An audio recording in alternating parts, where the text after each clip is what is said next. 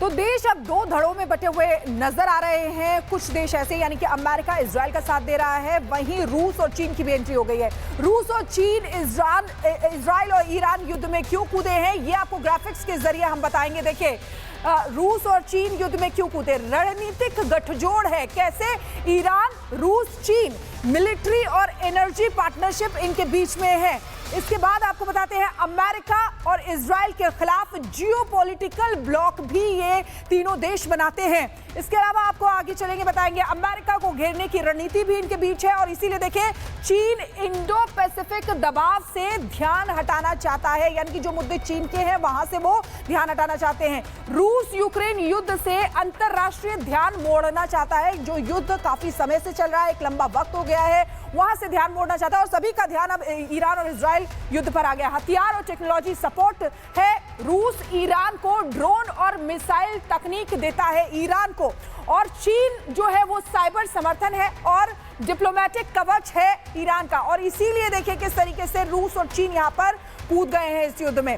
और आपको आगे बढ़ते हैं और बताते हैं कि किस तरीके से रूस और चीन क्यों इसमें आए हैं। सबसे बड़ी बात, चीन साइबर समर्थन है और डिप्लोमेटिक कवच, एनर्जी और ट्रेड इंटरसेप्ट की अगर बात करें तो चीन ईरान से सस्ता तेल लेता है और इसीलिए चीन को फायदा होता है। चीन वैसे भी जहां उसको फायदा दिखता है वो वहीं जाता है। रूस मध्य पूर्व में नया पावर बैलेंस बनाने की कोशिश कर रहा है।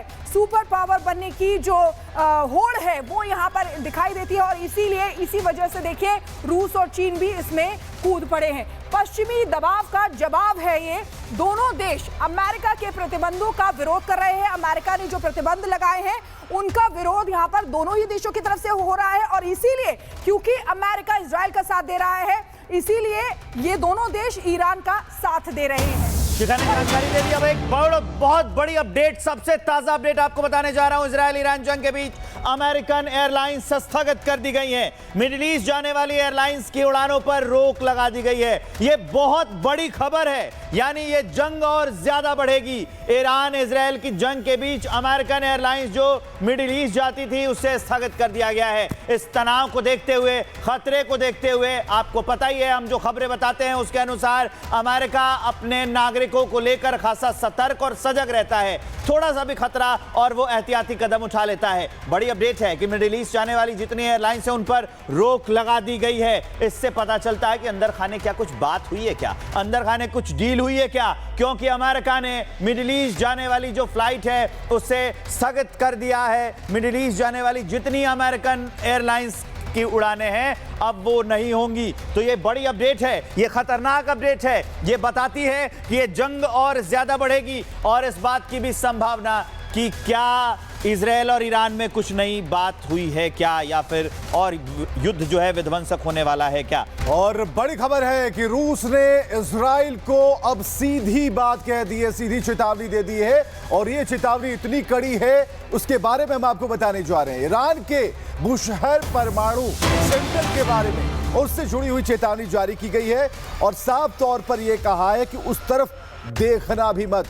तो रूस ने इजराइल को कड़ी चेतावनी जारी करते हुए कहा, बुशहर परमाणु प्लांट पर हमला करने से रोकने की बात कही है, और कड़ी चेतावनी का लब्बो-लुआब यही है कि हमला उस पर बिल्कुल मत करना। यानी कि बुशहर परमाणु जो प्लांट है उस पर हमला करने की हिमाकत कतई न करे, और ऐसे में उन सभी परमाणु प्लांट्स को निशाना बनाया जा रहा, और युद्ध भी कुछ उसी दिशा में जा रहा है। लेकिन यहां पर बुशहर शहर में रूस के परमाणु वैज्ञानिक मौजूद हैं, उन्हें किसी तरह का कोई खतरा नहीं होना चाहिए, और इसी बात को लेकर रूस ने इजराइल को कड़ी चेतावनी दे दी है। कुछ भी हो जाए, कुछ भी हो जाए, लेकिन वहां नहीं देखना, बुशहर परमाणु प्लांट पर किसी भी तरह का हमला नहीं होना चाहिए।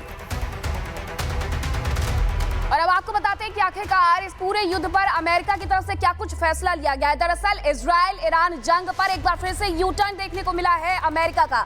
अमेरिका के राष्ट्रपति की तरफ से अभी कुछ भी नहीं कहा गया है, फैसला अगले 2 हफ्ते में लेंगे। हालांकि ये वो कह रहे हैं, दूसरी तरफ ये खबरें भी आई थी कि हो सकता है कि इसी हफ्ते वो इस वॉर में शामिल हो जाए। लेकिन अब कहा गया है कि अगले 2 हफ्ते में फैसला लेंगे।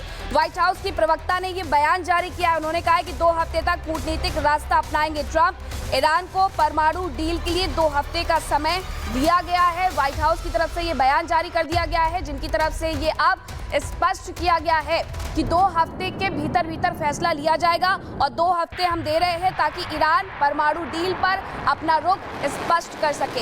एक बात ये स्पष्ट हो गई है कि अमेरिका 2 हफ्ते तक इस वॉर में सीधे तौर पर नहीं उतरने वाला है। हालांकि उसकी जो तमाम युद्धपोत है उसकी तैनाती उसके द्वारा कर दी गई है, लेकिन अभी भी वक्त है सीधे तौर पर उतर करके लड़ने का, क्योंकि व्हाइट हाउस की तरफ से ये कहा गया है कि परमाणु डील के लिए 2 हफ्ते का समय हम ईरान को देते हैं।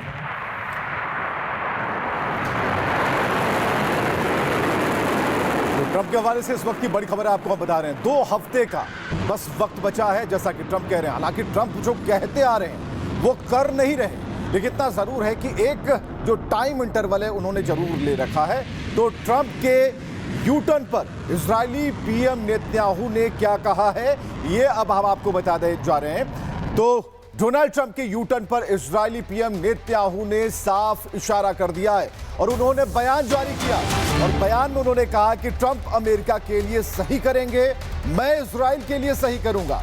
तो ट्रंप के यूटर्न पर इजरायली पीएम नेतन्याहू का बड़ा बयान, जिसमें कहा गया कि ट्रंप अमेरिका के लिए सही करेंगे और मैं इजराइल के लिए सही करूंगा। तो ये पहले जो आप अगर गौर फरमाएं तो पहले बात चली थी कि दुनिया को बचाने के लिए यह कदम जरूरी है। ट्रंप कह रहे थे कि पूरी तरीके से खुद को बचाने के लिए, अपनी जनता को बचाने के लिए, अपने देश को बचाने के लिए जो इजराइल कर रहा है वो सही कर रहा है। G7 समिट में जितने देश शामिल थे उन्होंने भी कहा कि बिल्कुल सही कर रहे हैं। और अब अभी जो यूटर्न हुआ इसके बाद नेतन्याहू का बयान आता है कि वो अपने देश के लिए सही कर रहे हैं और मैं अपने देश के लिए सही कर रहा हूं। तो जंग के बीच दुनिया समझना चाह रही है कि आखिरकार दोनों ही देशों का रुख क्या है। अब जंग के बीच बेंजामिन नेतन्याहू का बड़ा बयान सामने आया है। उन्होंने कहा है ईरान के सभी न्यूक्लियर फैसिलिटी पर हमला करेंगे। ईरान के आधे लॉन्चर को नष्ट कर दिया गया है, ये नेतन्याहू कह रहे हैं। वो ये भी कह रहे हैं कि जरूरत पड़ी तो फोर्डो प्लांट पर भी हमला करेंगे, जिसे सबसे ज्यादा खतरनाक और शक्तिशाली माना जाता है। उस फोर्डो प्लांट की बात भी उनकी तरफ से कर दी गई है। यानी एक बात तो स्पष्ट है कि जिस तरीके से इजराइल आगे बढ़ रहा है वो तबाही बहुत ज्यादा लेकर के आने वाला है ईरान के अंदर। हालांकि ईरान को अब वक्त अमेरिका की तरफ से दिया गया है। नेतन्याहू ने उस पर भी बयान दिया। उन्होंने कहा कि अमेरिका के लिए ट्रंप जो सही है वो करेंगे और मैं इजराइल के लिए जो सही है वो करूंगा। यानी कि अगर जरूरत पड़ी तो उनका कहना है कि वो फोर्डो पर भी जाएंगे, वहां पर भी सफाया करेंगे, जरूरत पड़ी तो फोर्डो प्लांट पर हमला करेंगे। ये उनका बड़ा बयान सामने आया है। इजरायली पीएम नेतन्याहू लगातार ये कह रहे हैं कि हम अपने अस्तित्व की लड़ाई कर रहे हैं और हम रुकने वाले नहीं है, तब तक तो बिल्कुल नहीं जब तक ये कट्टरता इसी तरीके से व्याप्त रहने वाली है। अब जंग के बीच जब उनका ये बड़ा बयान सामने आया है तो ये माना जा रहा है कि इजराइल की तरफ से ईरान पर हमले और भयावह हो सकते हैं और भयंकर हो सकते हैं। हालांकि ईरान भी उसी तरीके से बदले वाली कार्रवाई करते हुए तेल अवीव और हाइफा जैसे शहरों